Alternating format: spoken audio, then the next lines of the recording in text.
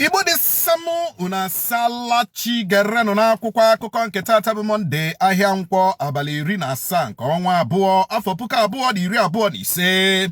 Oyitola na ama amụma ịkụsu ọgbaghara na Ọshụn malite taa ka Adeleke Akarachi steeti ahụ tipụrụ na mkpu bụ akụkọ anyị hụrụ n'akwụkwọ akụkọ Daily Post. N'otu akwụkwọ akụkọ Daily Post ka anyị hụrụ akụkọ sịrị mba Niger Republic, Chad na Cameroon agbalara ụmụafọ Nigeria dị 400,000 ụgbọ nwamkpi n'obodo ha.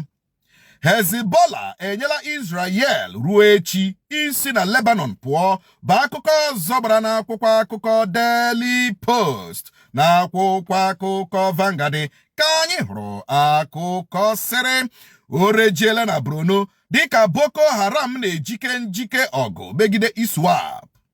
Ndị ntorobịa ose na steeti Ondo iwe na-ewe agbaala ụlọ ọrụ ndị uwe ojii nọ n'obodo ahụ ọkụ maka ogbugbu ndị uwe ojii ahụ gburu otu nwa okorobịa ha nwụchiri tagide ya ahụhụ ya nwụọ bụ akụkọ ọzọ gbara n'akwụkwọ akụkọ Vanguard. N'otu akwụkwọ akụkọ Vanguard ka anyị hụrụ akụkọ sịrị site na enyemaka Trump, Israel ga-ekpochapụ Iran ka Prime Minista mba Israel bụ Benjamin Netanyahu kwuru. Ahụla ozu otu onye uwe ojii ọkwa inspektọ n'ụlọ ọrụ ụlọ oriri na nkwari hotel nọ na steeti Ogun dịka ndị uwe ojii na-achọ nwaanyị ya na onye uwe ojii a so bịa taa ụwa bụ akụkọ ọzọ gbara n'akwụkwọ akụkọ Punch. N'otu akwụkwọ akụkọ Punch ka anyị hụrụ akụkọ sịrị ọrịa oke lassa fever egbuole mmadụ 13 na steeti Edo. Enweghị ụlọ anyị kụturu n'Enugwu ndị mmadụ nọ n'ime ihe ka Peter Mba kwuru bụ akụkọ ọzọ gbara n'akwụkwọ akụkọ Punch. Ọ dị mma dịka ọ dị ugbu a Cameroon, Chad, Niger Republic achụlala ụmụafọ Nigeria 400,000. Now it is becoming embarrassing that a country like Nigeria is being neglected, being humiliated by obere countries in the Abarani Okirikiri. Yes, Nigeria is big brother Africa, big brother Africa, the giant of Africa. Nema accommodate onyuku no onyenta. Mande want a passport, mande ne passport, mande want a document, mande ne document. How would you na Nigeria without a proper documentation? Ntoge Nigeria.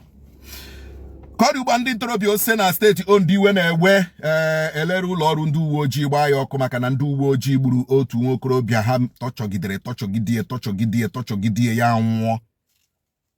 Police amaghị that they don't have the right to torture. Police doesn't know that they don't have the right to torture. The international law says that any evidence gotten from torture is invalid. But yet the police got tọchọgide mmadụ. Aya kwuo na iwe onye oshi. Kwuo na iwe onye oshi ọsịsọ. Kwuo na iwe onye oshi ọsịsọ. A na-adụ gị pin na mkpụrụ amụ. Hang ya gị gbaa gị hanging. They do a lot of rubbish things. Nke ha wa na onwe ha ime ihe ha nwụọ. But they do it to their fellow man. They don't have respect for even Nigeria Constitution, for the international law against torture. Ọ dị mma. Ahụla ozu otu onye uwe ojii ọkwa inspector mana a na-achọ otu nwa agbọghọbịa anya na ya so bịa tụọ ụwa achọ now because the woman gbara ọsọ from the hotel. The woman gbara ọsọ, the man anwụọ, the woman agba ọsọ, but police na-achọ ka amata kpọmkwem ma ọnwụ a ọwụwa ọnwụ chie ka ọwụwa ọnwụ ọnwụrụ n'elu nwaanyị, ka ọwụwa ọnwụrụ sweet in the middle, ọnwụrụ ya n'ime sweet in the middle ka ọjọọ so nwụọ. So the woman also is suspicious. Yes, police have you for 1 week, 2 weeks. Here we enjoyment to enjoyment one of you. So you just go to police, report to an enjoy. Then unfortunately the enjoyment killed him. So but you running is suspicious. Ademma biko onye ọbụla dịkwa kiafo n'ihe na-abaya n'ọnụ maka na ọrịa oke lassa fever adịwakwala dangerous. Na-edo mmadụ 13 anwụọla. People na-arịa a whole lot of things. Ọ bụrụ na ị watch these days ị ga-ahụ na afọ saga many people. Afọ ịnọkọta afọ asawa gị. Afọ a na-asa gị. That's but afọ sagagi. So everybody be careful. Ihe na-abago n'ọnụ. Aka nwere ikpe anọ a na-ekpe m site n'ụlọ ọrụ Afe Babalola ka Delefa Rotimi kwuru bụ akụkọ anyị hụrụ n'akwụkwọ akụkọ Nigerian Tribune. N'otu akwụkwọ akụkọ Nigerian Tribune ka anyị hụrụ akụkọ sịrị ọnụọgụgụ ụmụaka na-efu efu na Borno arịkwuola elu dịka Boko Haram ka na-ewe ndị na-eto eto n'ọrụ iyi ndụ egwu.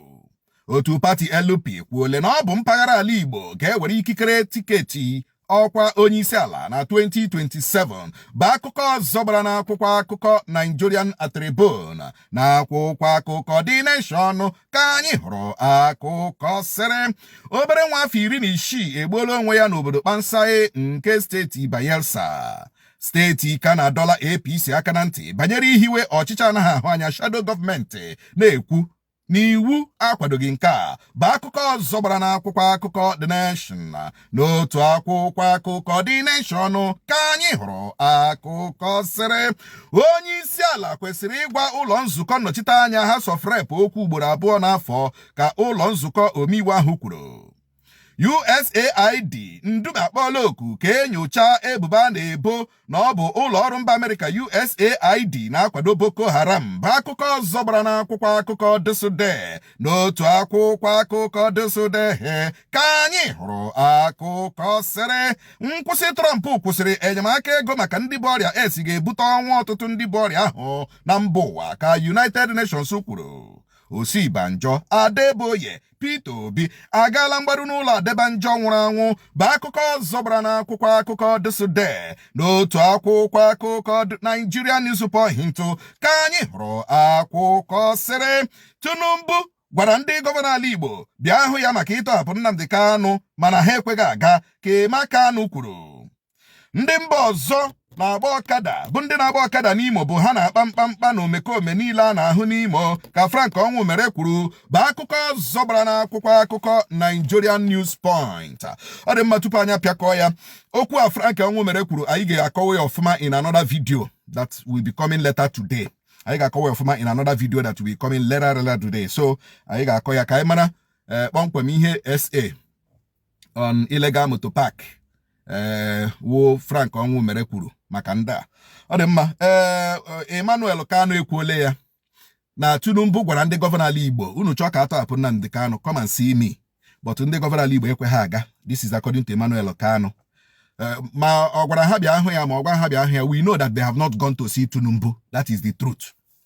We know that in the governor ala Igbo has not gone to see Tinubu, even when they have gathered and held their meeting and say, we are going to see Mr. President about the Ntohapo of Nnamdi Kanu. We know is foul. We know na wash because Aima na haga. Yes, we know. We know. You don't know these people. Haga.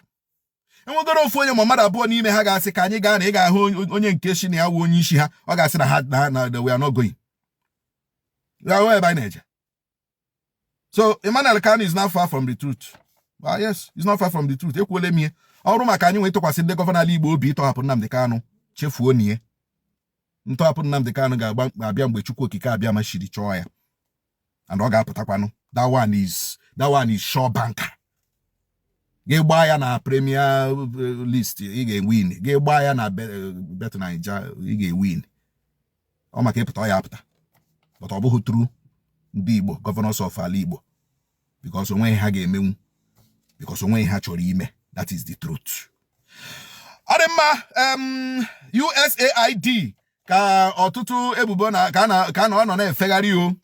Otu Osama bin Laden she used USAID na-akwado Boko Haram against Jonathan. A lot of stories flying up and down. But at the end of the day we know that they nwere foreign help na-enye Boko Haram morale. At the end of the day, we know they were foreign countries. Boko Haram morale. We know that one.